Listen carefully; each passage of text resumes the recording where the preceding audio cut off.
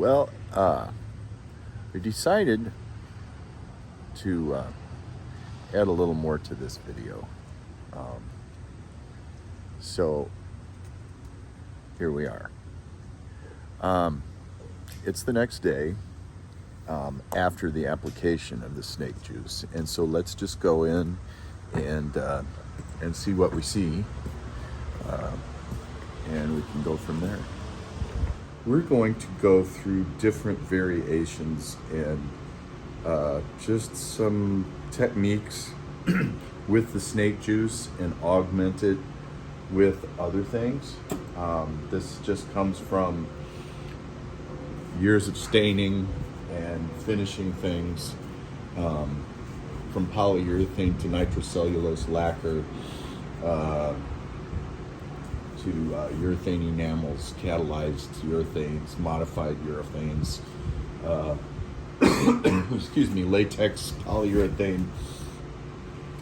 Just the list is endless. So the first thing I want to do right here is I just want to go with a second coat.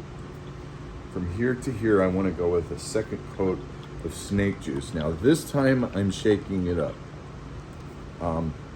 It looked like it was a pretty homogeneous type of liquid. It didn't look like it needed to be shook up, but we're doing it. So here goes. On hickory that was coated 24 hours ago, we're going with another coat of snake juice. And it's just getting better. It's starting to get that yellowish that I had talked about with my grandpa's shovel before I razor bladed it. It's like a combination of finish and dirt and stuff. So it's definitely right in there.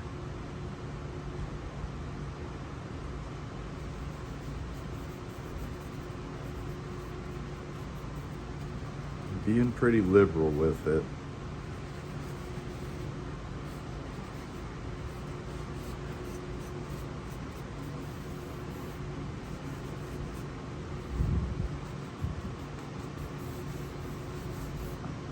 Well,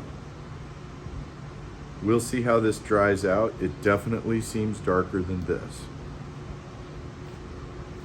I just need to keep the lid off of this. So we've got our clean paper towel. We're gonna come back with some boiled linseed oil. Some people have asked me what's the difference between boiled and raw linseed oil. Raw linseed oil is just that. It is the flaxseed being pressed into an oil, and that's pretty much it. No dryers, solvents, or anything. And obviously, boiling it is a refinement process. The raw linseed oil takes longer to dry, very long time to dry, but it's not the worst thing you ever saw in the world. I think it tends to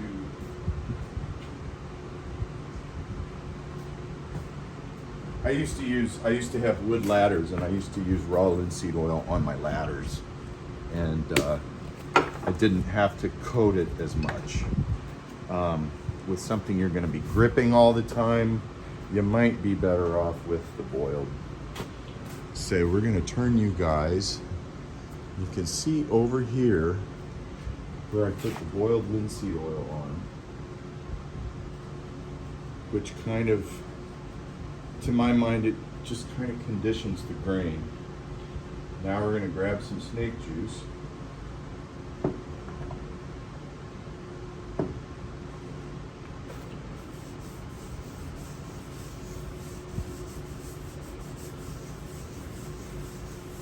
That's just a little bit of snake juice, but it's totally changed the scenario here.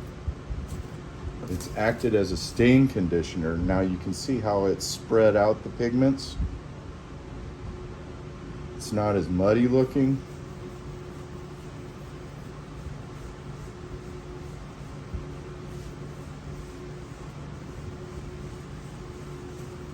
And so you can actually work the snake juice into the wood. Now see all of the grain, the soft grain and the hard grain in there. See all of that? That I'm getting a very clear picture of the wood grain versus, and I, don't get me wrong, I love this look too.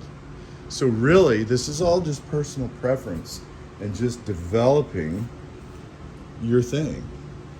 And one axe might be one thing, and another axe might be another thing. And I think you could do this in reverse too. I think you could put your snake oil down, which we're gonna do right now. So this was boiled linseed oil first, and then snake juice. I keep saying snake oil. I'm sorry, Chris. I definitely mean snake juice.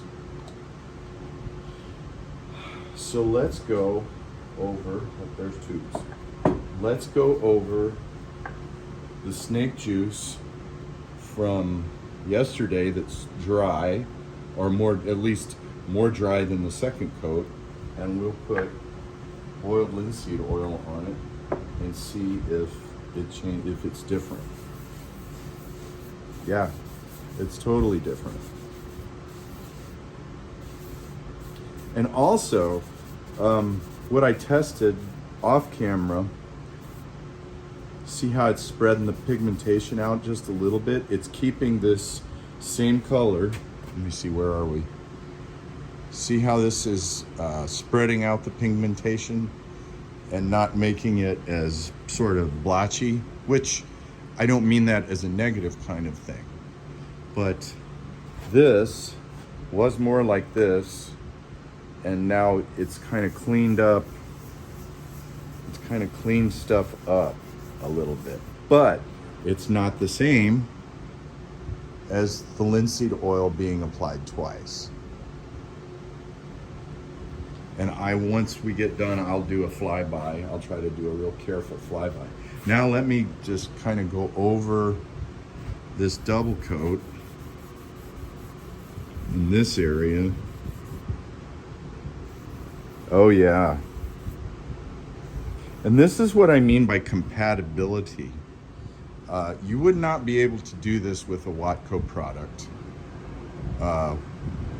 You might be able to do it with your first coat of Watco, but once the varnish dries on your wood in the Watco, you really don't have any more flexibility.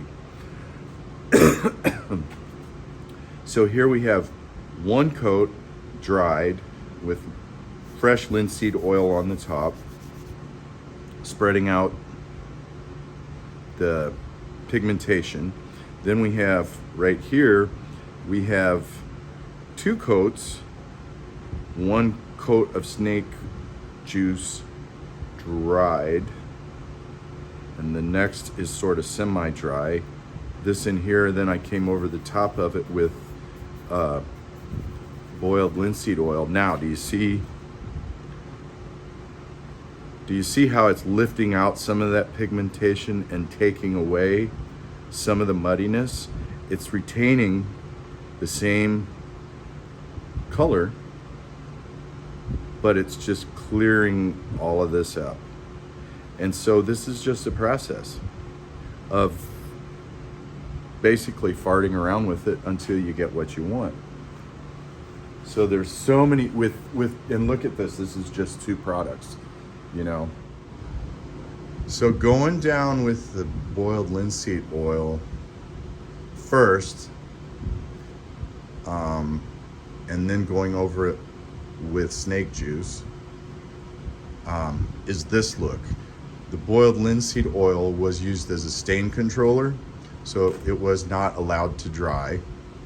There's no pigmentation in boiled linseed oil other than the fact that it just is naturally sort of amberish, yellowish kind of color, which you have a lot of clarity in the hickory. You can see the soft grain, you can see the hard grain, and then you can see these little ticks. They come out very, very clearly. but it does. It has a much more reddish brown cast to it and a little bit of a yellowish cast to it. You can see the boiled linseed oil there. So let's see what. Let's just try the same thing on the ash. Get you guys in the frame here. Okay, here we go. So we're gonna let's do one handle and then the other. So I think what I'm gonna do is I'm gonna take this one. Yeah, we're good. Okay, I just need to stay right in here. So I'm gonna take some more snake juice. I get a demerit every time I say snake oil, which I'm not saying snake oil. I mean snake juice, 100%. Okay.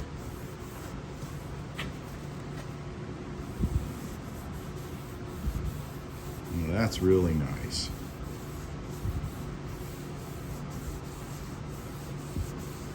And I think what we're going to have to do is do another little short video with how all this works, or how all this looks once it's dried, because you will get some variation.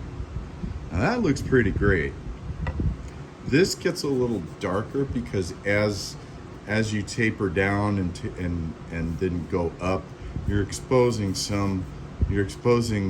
the next ring or the next layer of wood. Like this ring is at one level, then this is the next one up, this is the next one up, this is the next one up, blah, blah, blah, blah. So as you go up, you're exposing basically these are capillaries, the little tiny holes that suck the water up the tree. You're exposing those, and the stain is gonna take the pigmentation. I don't wanna say stain because I don't have a list of ingredients in this. So we're just gonna call this pigmentation. So there we go. I mean, 2 coats of snake juice is amazing in itself. And on ash, I'm really, really liking how it looks. We're gonna let's take some linseed oil. And the first thing we're gonna do is we're gonna come down to this section, and we're just gonna put some straight up linseed oil, boiled linseed oil, on the ash, and we're gonna actually take the dry portion of the towel and wipe the excess off. Now we're coming back to this part, because it's a little lighter, of the second coat of snake juice that's not dry. And see that clean up like that? Now we're taking our dry part of the towel and doing that. So let's see if we can blend this palm swell into the lighter, which I don't think it's going to be the same color, but we're just getting more definition out of it.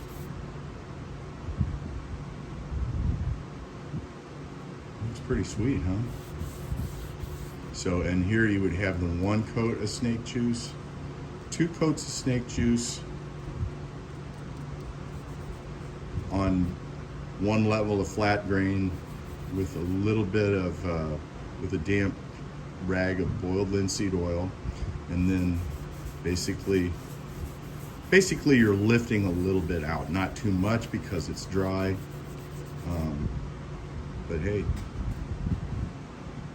that looks like the laminated palm swell, but it's not.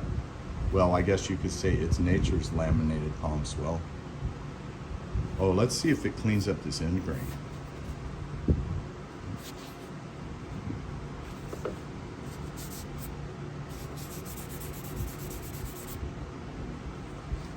Yeah, I'm thinking it is. So clearly, if you like the snake juice color straight out of the bottle, I think clearly you have to get a base coat of it down and then come back with a second coat. And I think you could very well let that dry as well. but you don't have to. But remember how blotchy this was in the beginning? And look how that just the boiled linseed oil has just completely cleared that up. So I think thumbs up on the boiled linseed oil as an augmentation for or just another tool in the arsenal for finishing an axe handle. It just gives you more tools in the toolkit. Okay, now don't forget we've got boiled linseed oil right here, and we're going to go over the top of it with snake juice. But mainly what I'm doing, this isn't necessarily a how-to as it is a how-to mindset kind of thing. Be adventurous, experiment. Now see how, again, like with the hickory,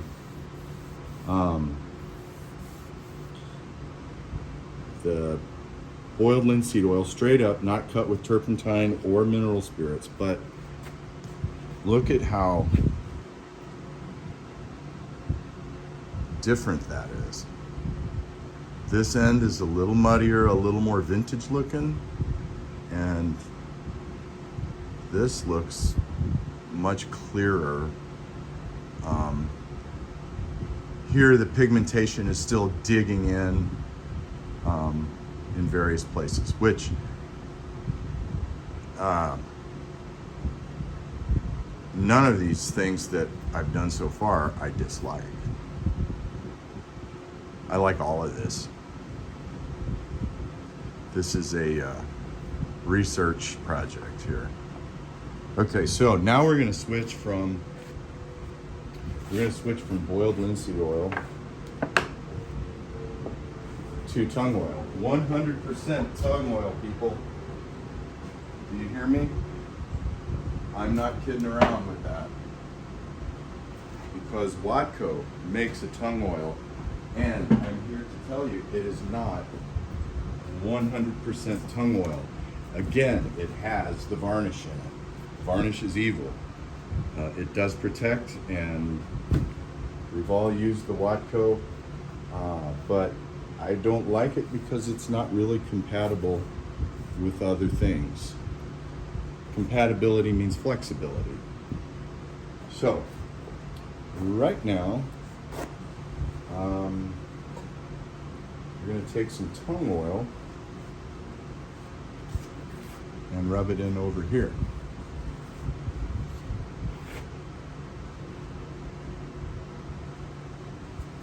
And basically, if you want 100% tung oil, you can get it on Amazon. We have a local Rockler Woodworking. I usually get mine there. Just depends. Okay, so same deal. We're using this as a stain control. And again, you can put your snake juice down first. Well, we've got this over here, so we have it down first. So let me get this other ash handle. Let's get this guy rocking a little bit, a little more heavy duty.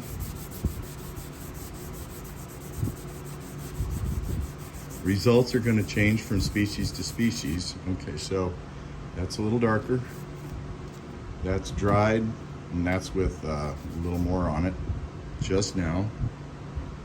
So we'll let that cook for a minute. Now we're going to come back to what we just put on with another squirt of snake juice.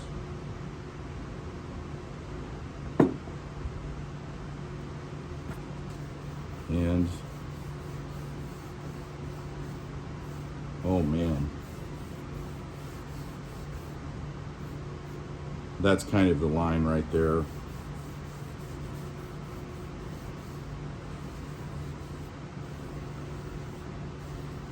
Now look at that. I think I even like the tung oil better. Not only are you getting this same very clean and crisp effect here, you're also getting a little more of the hard grain defined. So it's bringing in just a little bit of muddy, but it's still very defined. So anyway, and I think too, since these are compatible, you can do one or the other. Once you're up and going with your axe, you could put the snake juice on for protection, or if you're running low on snake juice, you could put your tung oil, or you could put your boiled linseed oil.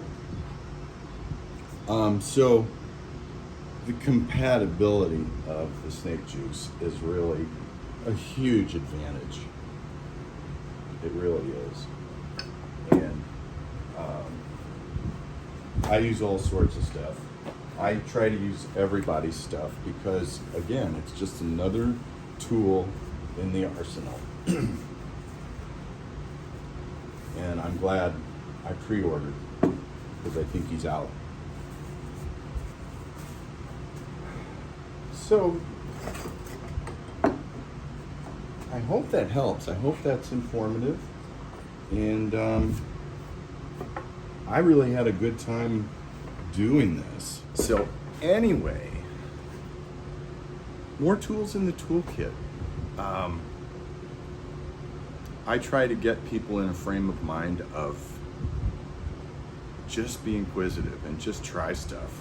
Don't try it on your new handle that you just made that you're so proud of. Do it on a sample piece. Know what you're gonna do before you do it. But the more you try, the more you know. Just subtle variations. Some subtle, some not so subtle. But like I've said, the fact that this is an oil that's way better than having something that actually has a finish. A finish is more like a polyurethane or a lacquer or a varnish, something like that. This axe right here has Watco on it, and I really don't need to put much on it.